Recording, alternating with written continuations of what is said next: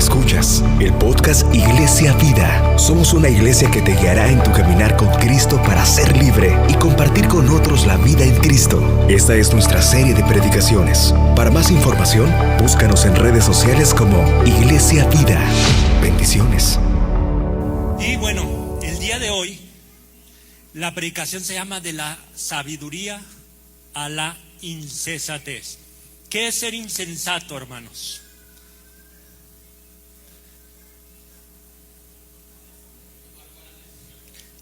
Equivocarnos a la hora de tomar decisiones. ¿Qué es ser insensato? Hay quien dice ser necio. ¿Qué más puede ser insensato? No aceptar las cosas. ¿Cómo? No acertar. Exacto, no acertar. Entonces miren, es bien curioso porque Salomón le pide sabiduría a Dios y Dios le concede ser el hombre más. El día de hoy nuestro contexto está en Primera de Reyes capítulo 4 al capítulo 7.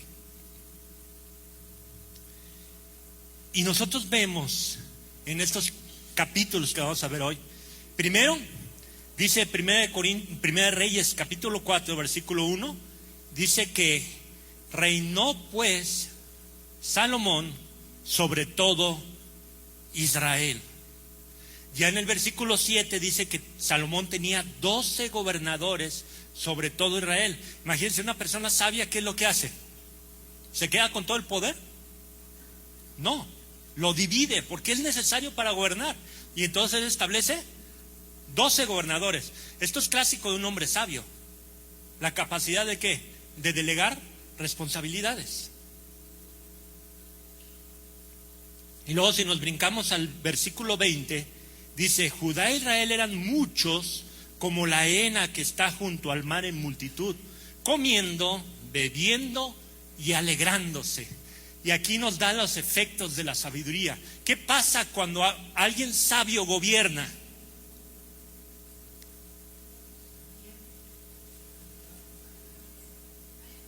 Hay abundancia, hay economía, hay poder adquisitivo, hay salud, hay seguridad, hay bienestar. Amén. Y aquí en el versículo 20 lo vemos. La gente estaba alegre, estaba contenta. Dice que estaban comiendo y bebiendo. Una sociedad que tiene capacidad de comer y beber es una sociedad que tiene dinero. ¿Sí me explico? Entonces, es algo que vemos aquí en la ciudad, en Guadalajara. Tú los viernes te vas, sales, y ¿cómo están los barecitos? Están a reventar. ¿Cómo están los restaurantes? Están a reventar. Quiere decir que la situación económica no es la mejor. Hay dinero. ¿Sí me explico? De hecho, una vez yo anduve uberiando y recogí a un hombre que era africano. Y él me dijo, yo le dije, es que la situación económica del país no está tan bien. Me dice, yo no entiendo a ustedes los mexicanos. Íbamos pasando por la Minerva y dice, mira, estos rascacielos, eso no lo ves en la ciudad capital de mi país. Ve cuántos vehículos andan circulando, ve la cantidad de negocios. Dice, eso no existe ahí donde yo vivo. Entonces me hizo reflexionar, ciertamente no somos el mejor país, pero hay peores. ¿Sí me explico? Y aquí nos habla de eso. Había economía, había abundancia. Ya en el capítulo 5 vemos a Salomón preparando todo lo del templo. Si nosotros nos vamos a Crónicas, vemos que David ya había hecho los planos, ya había conseguido el monte de Moriah para que se construyera el templo, ya había traído oro, ya había traído plata, ya había hecho los contratos con Irán, el rey de Tiro. David ya había preparado todo para que se echara adelante el templo. Pero para Salomón no fue suficiente. ¿Por qué? Porque era un hombre sabio. Y él consiguió mucho más de lo que David consiguió para poder construir un templo magnífico. ¿Sí se acuerdan, no? Ya en el capítulo 6 ya vemos la construcción del templo. Y él consigue a los mejores artesanos y a los más sabios para esa construcción. Y en el capítulo 7 empieza con la construcción de su propio palacio. Entonces, si nosotros vamos al contexto rápido, con un vistazo muy rápido, todo va hacia ¿dónde? Hacia arriba, prosperando, creciendo, fortaleciéndose. Eso es señal de un trabajo hecho ¿con qué? Con sabiduría. Con sabiduría. Amén. Entonces, ¿cómo pasó que el hombre más sabio del mundo, un hombre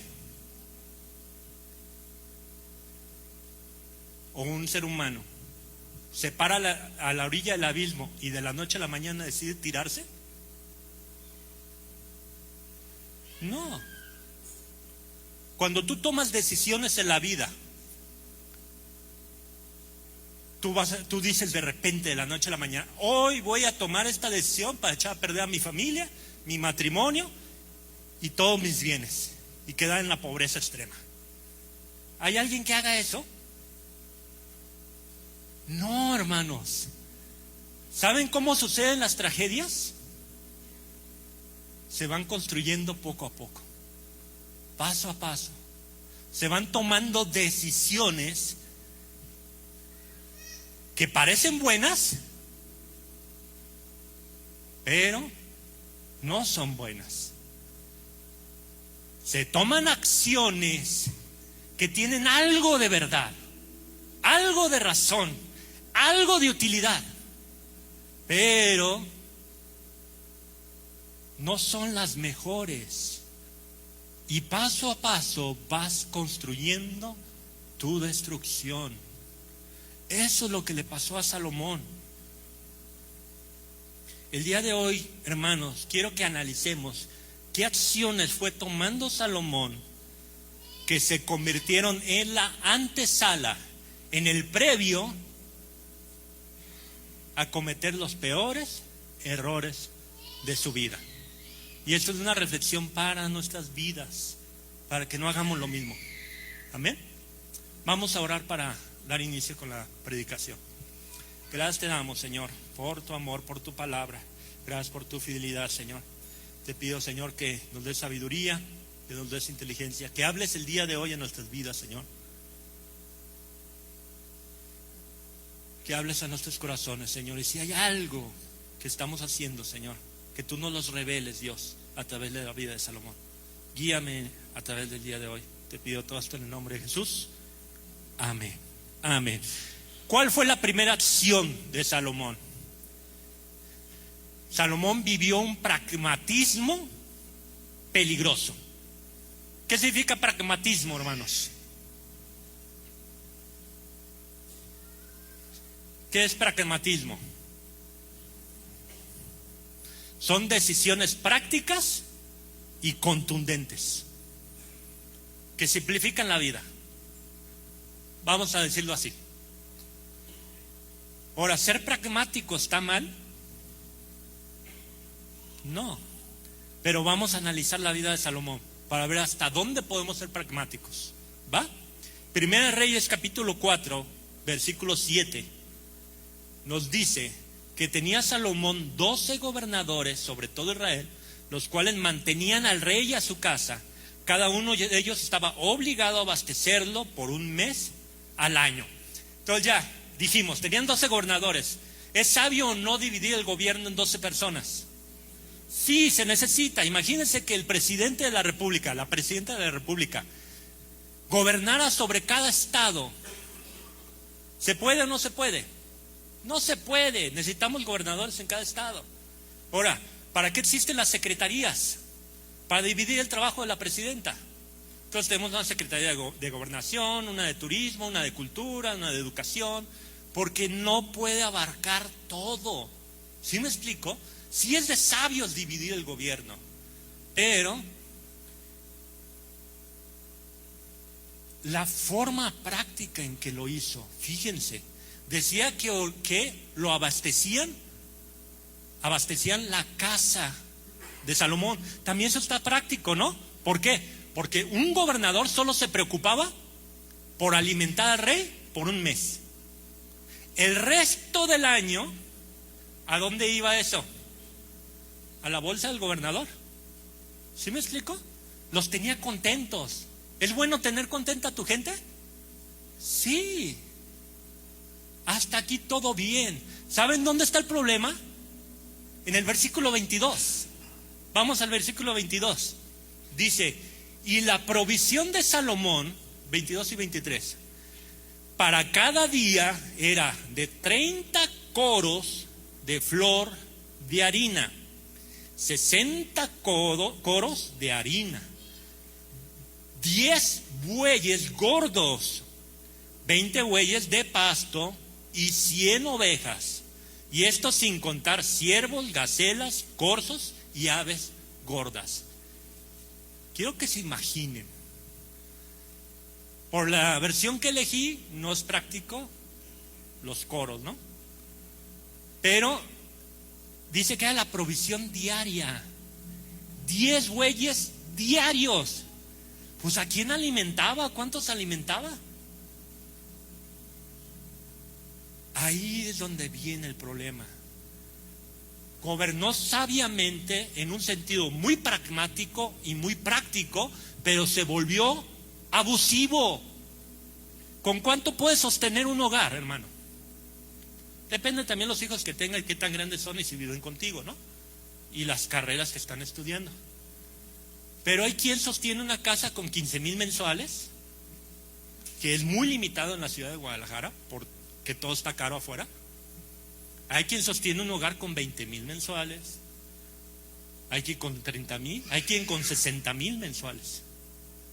Menos de 60,000 no puede ganar. También los gustitos que se dan, los paseitos, las salidas a la playa, bla, bla. Pues Salomón diario gastaba una fortuna.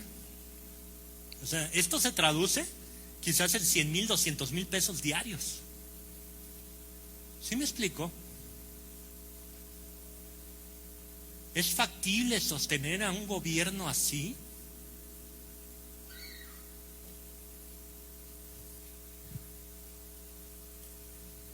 A simple vista la decisión de Salomón es sabia, es pragmática, es brillante, es organizada.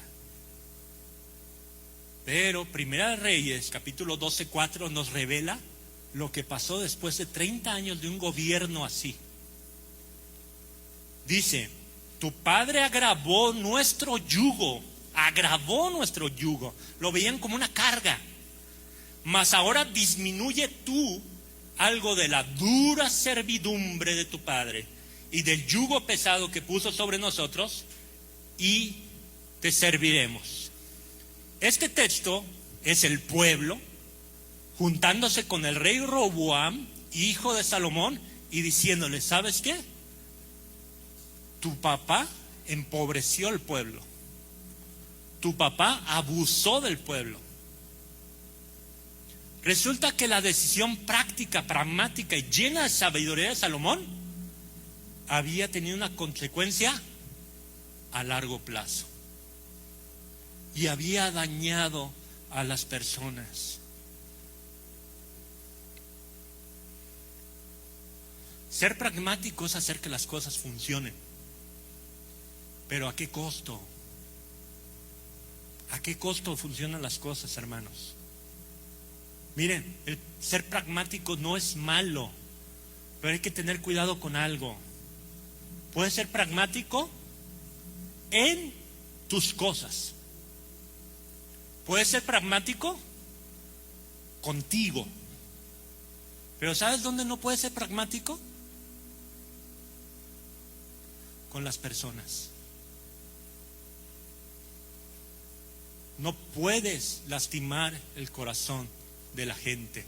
No es más importante la organización que las personas. No es más importante que el resultado salga que las personas, hermanos. Mire, usted puede ser todo lo pragmático que usted quiera en su matrimonio, pero si usted no está alimentando el lenguaje de amor de su esposa, ¿qué va a pasar? va a reventar. La tontería es para mí, que soy pragmático, pero ¿sirve de algo? No sirve. ¿Sí me explico? Tengamos cuidado con esto, hermanos. Salomón no tenía una mala intención. Salomón no quería maltratar a la gente, pero terminó lastimando a la gente. Ese líder, ese pastor, quizás no te quería lastimar a ti, pero le dio más importancia a los resultados y al programa que a sensatez. Dice Primera de Reyes 4:26. Además de esto, Salomón tenía 40,000 caballos en sus caballerizas para sus carros y 12,000 jinetes. ¿Cuántos tenía? Eran suyos. 40,000 caballos. ¿Saben que cuando David empezó a reinar, cuando apenas tenía mulas? 40,000 caballos.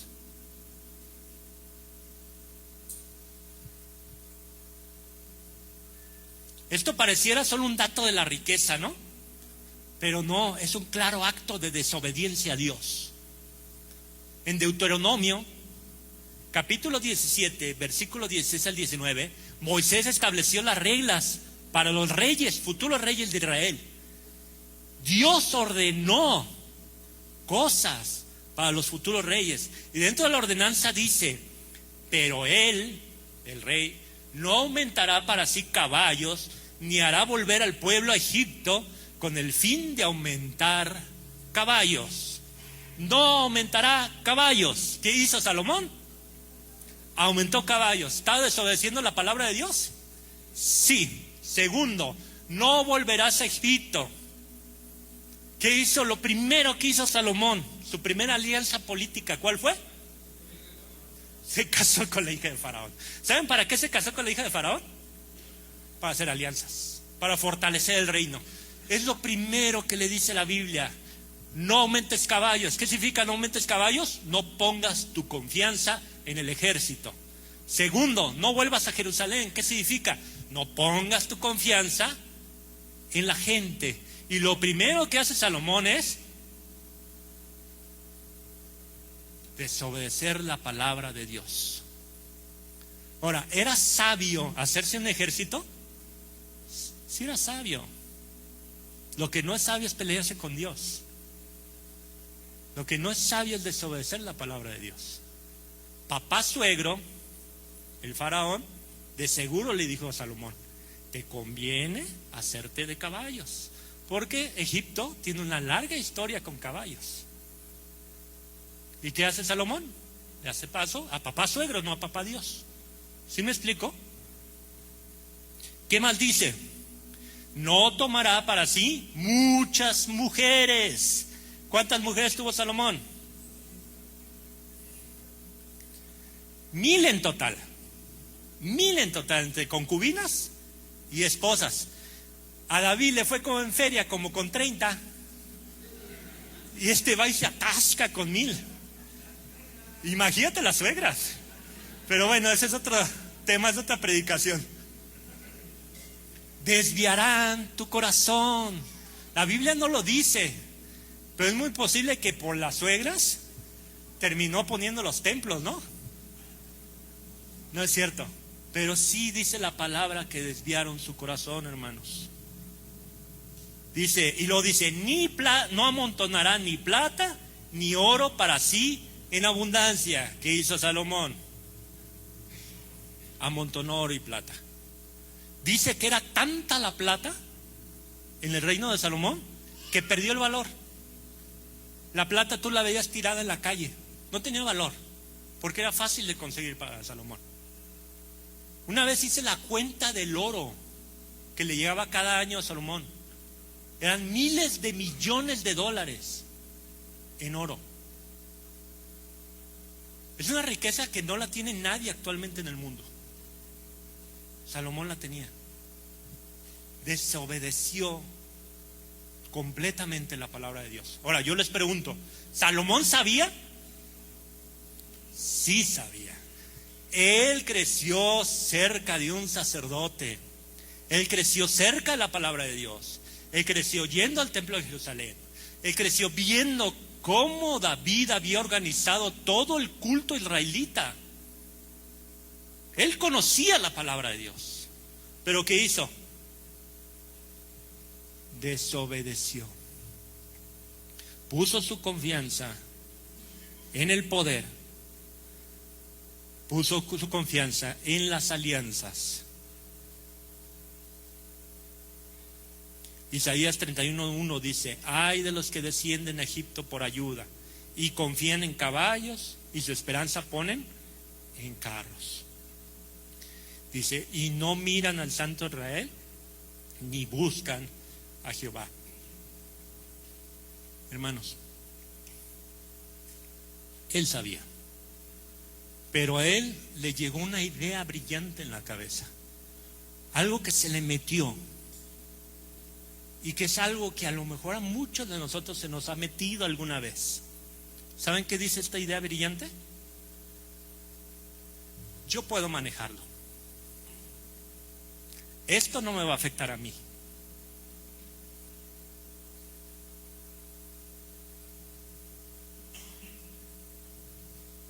Hermanos, ¿somos conscientes o no de que el pecado trae consecuencias? ¿Somos conscientes o no de que las malas decisiones nos pueden dañar? ¿Somos conscientes o no de que las malas relaciones pueden dañarnos para un futuro? Pero luego decimos: yo soy la excepción a la regla. Salomón, con toda su sabiduría, dijo: yo soy el hombre más sabio del mundo, a mí no me aplica, porque yo la puedo. Yo me la sé de todas. A mí no me va a afectar. ¿Y adivinen qué pasó? Trono. Si el hombre más sabio del mundo se creyó que era la excepción a la regla y no pudo, ¿qué nos va a pasar a nosotros que no tenemos esa sabiduría? Hermanos, esa relación con ese amigo que te incita a rebelarte, que te incita a ser irresponsable, ¿a dónde te va a llevar?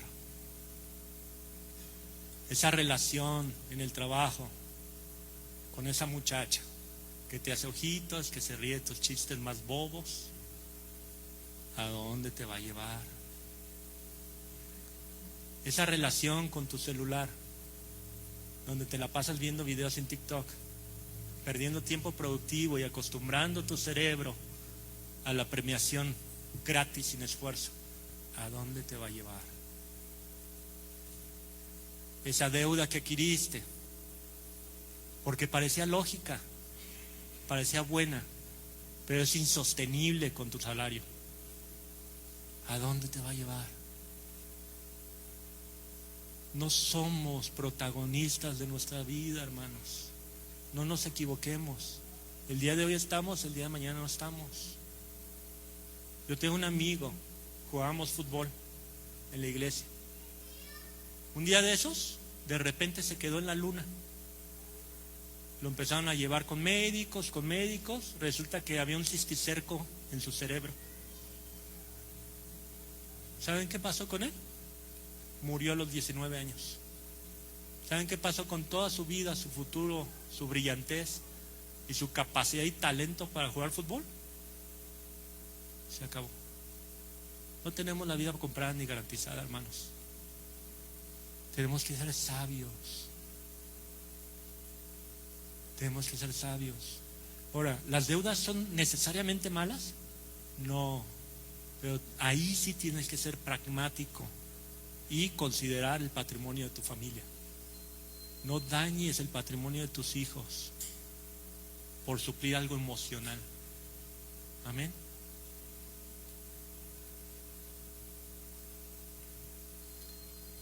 Tercera acción. Confirmó la fama. Confundió la fama con espiritualidad. Ahí el autocorrector me hizo una mala. Confundió la fama con espiritualidad. Miren, Primera Reyes 4, 29 al 31 nos dice: y Dios dio a Salomón sabiduría y prudencia muy grandes, y anchura de corazón como la arena que está en la orilla del mar, tan ancho que le cabían 1000 mujeres, ¿verdad? Y luego dice: era mayor la sabiduría de Salomón que la de todos los orientales y que toda la sabiduría de los egipcios, aún más sabio que todos los hombres, más que Tan, que Hermán, Calcol y Darda, hijos de Mahol. Bueno, ahí hay nombres para los niños, futuros niños cristianos, ¿va? Y fue conocido entre todas las naciones de alrededor. Fue conocido en todas las naciones de alrededor. Ustedes se acuerdan, ¿no? La reina de Saba, ¿qué hizo? Venía de muy lejos y escuchó de la fama de Salomón y fue a donde estaba Salomón. ¿Salomón era famoso? La Biblia nos dice que sí. Ahora, tenemos que tener y ver las señales de alerta. Durante el reinado de Salomón, ¿hubo un avivamiento espiritual en el pueblo de Israel? No. Lo más que sucedió es que el año 11º del reino de Salomón se construyó el templo y todo el mundo festejó a lo grande y hubo un gran culto que duró 7 días, pero eso fue todo. No hubo un avivamiento espiritual. Con David hubo avivamiento espiritual, con Josafat hubo avivamiento espiritual, con Joás hubo avivamiento espiritual, con Josías hubo avivamiento espiritual. Grandes reyes de Israel. Pero con Salomón no. La Biblia no registra avivamiento espiritual. Él solo era famoso. Y a veces pasa. Hay gente que es famosa y los confundimos con grandes líderes espirituales.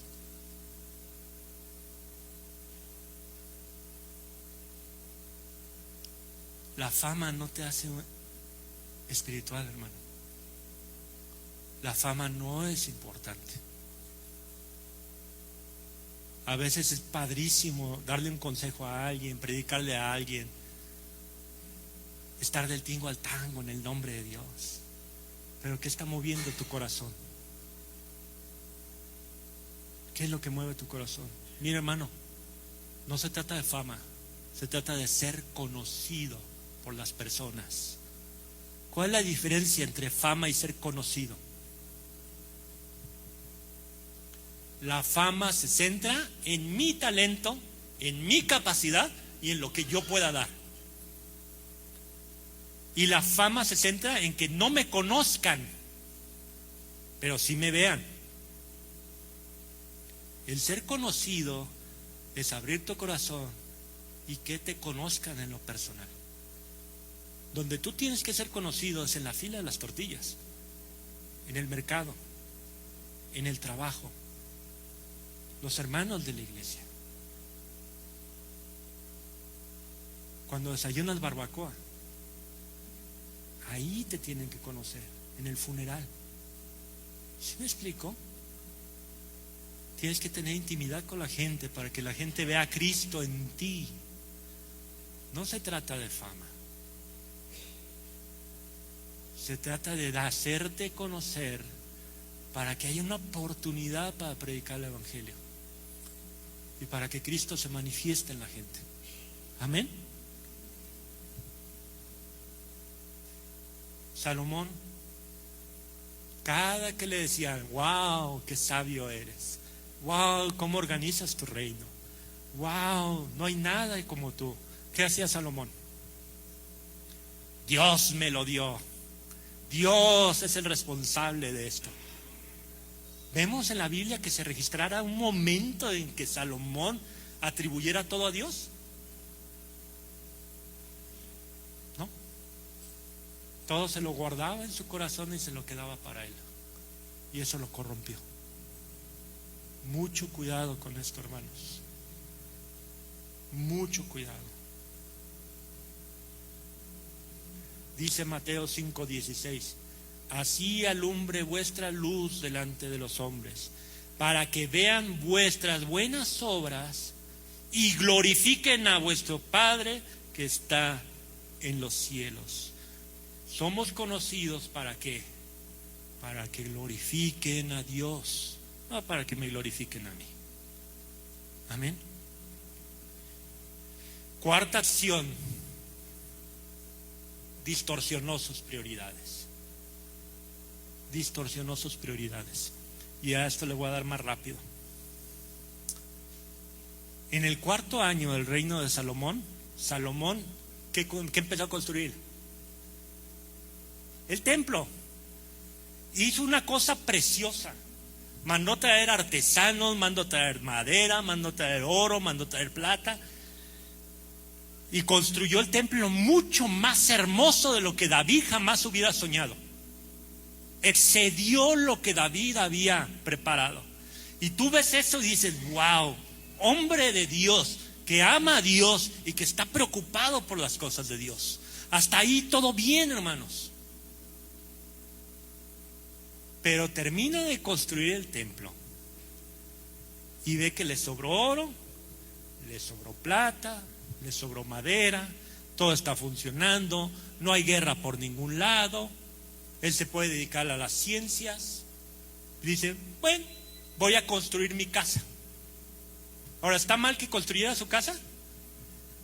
No, y aplicó de manera sabia: primero Dios y después yo. Que no estoy diciendo primero la iglesia y después yo, no confundamos. Servir a los hermanos y servir a Dios no es estar con Dios, ¿va? Pero bueno, eso es paréntesis y es para otra predicación. Pero primero atendió a Dios y luego se atendió a Él. Pero ¿saben cuál es el problema? Que lo que dieron para el templo, Él se lo despachó con la cuchara grande para Él. ¿Saben que su casa, la que construyó después del templo de Israel, solo un cuarto de la casa, un ala, medía lo mismo que todo el templo de Jerusalén?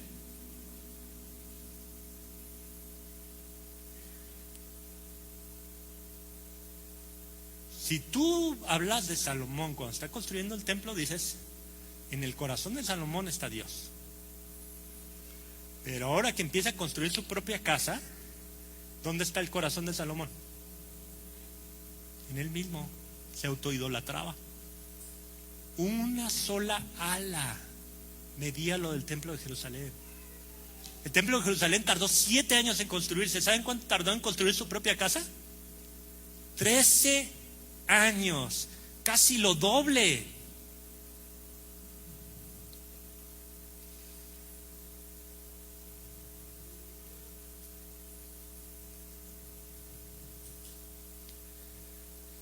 Hermanos,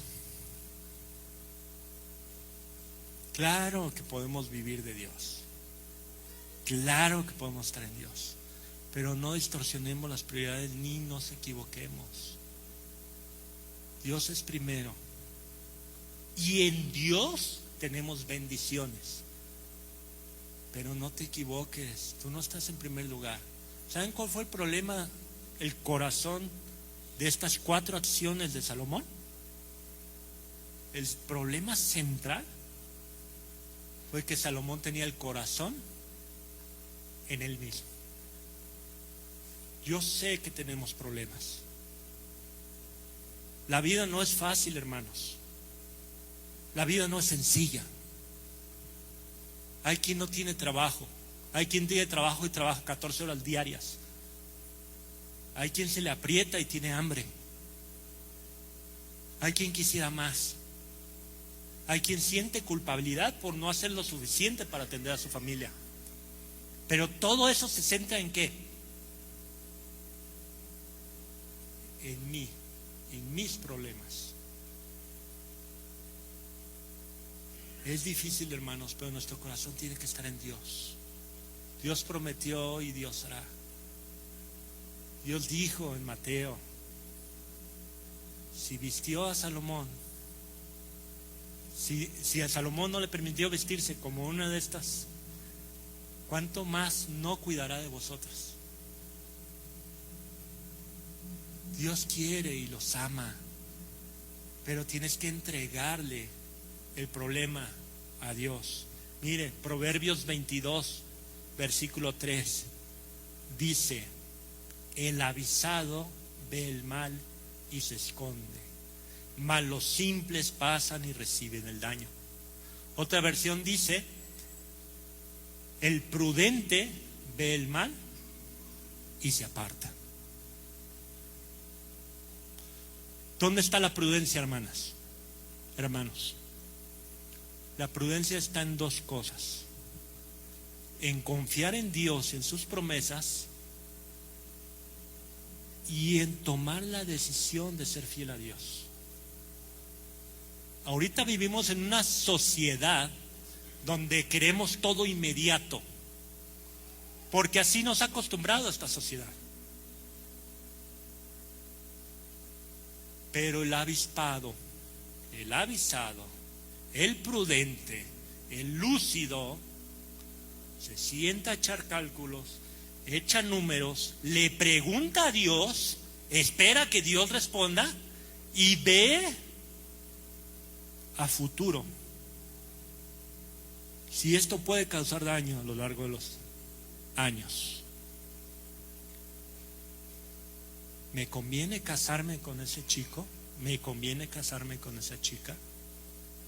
¿Me conviene adquirir esa deuda? ¿Me conviene seguir recibiendo esa sensación de bienestar con la muchachita que me gusta en el trabajo? ¿Me conviene pasar estas horas en el celular? ¿Me conviene estar viendo pornografía? Ya ni siquiera estoy espiritualizando el asunto. ¿Me conviene a mí a largo plazo hacer esto? El que es prudente ve venir el daño y lo evita. ¿Sí me explico? Salomón tenía una sabiduría pragmática, pero tenía un culto a la personalidad que lo hizo equivocarse muchísimo, hermanos. Mi hermano, no esperes a tomar la mala decisión de estar en la ruina para empezar a evaluar tu vida. ¿Cuándo es el momento de evaluar la vida? Es hoy. Es hoy. El grito de Dios para tu vida es: sé prudente, búscame, consúltame, espera, deja que la emoción se te pase y después toma la decisión. Ahora, ¿qué pasa si ya me equivoqué? ¿Qué pasa si ya tomé la mala decisión? Dios te ama y Dios siempre va a estar ahí. Amén. Pero lo mejor es que no nos equivoquemos. Ahí está la Biblia, ahí está la oración, ahí tenemos consejeros en la iglesia. Solo es aguantar la presión de querer tener las cosas ya. Amén. Sentarnos y esperar a tu palabra. Te pido, Señor, que si ya tomamos una mala decisión y hoy, el día de hoy estamos pagando las consecuencias, Señor, que tú nos ayudes, que nos fortalezcas, que nos guíes, Señor, a no aumentar malas decisiones a esto y a salir pronto de las consecuencias del error. Sabemos que eres un Dios de amor, un Dios paciente, un Dios que desea nuestro bienestar, un bienestar espiritual, un bienestar en ti.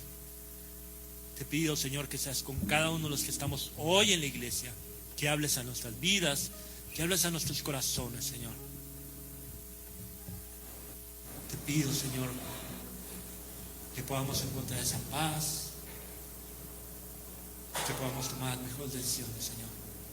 Confiamos plenamente en ti, Dios. Nos rendimos a ti, porque no se trata de la sabiduría, no. Se trata de ti en nosotros, Señor, que te vamos a buscar. Te pido todo esto en el nombre de Jesús. Amén. Amén. Dios bendiga, hermanos. Escuchas el podcast Iglesia Vida. Somos una iglesia que te guiará en tu caminar con Cristo para ser libre y compartir con otros la vida en Cristo. Esta es nuestra serie de predicaciones. Para más información, búscanos en redes sociales como Iglesia Vida. Bendiciones.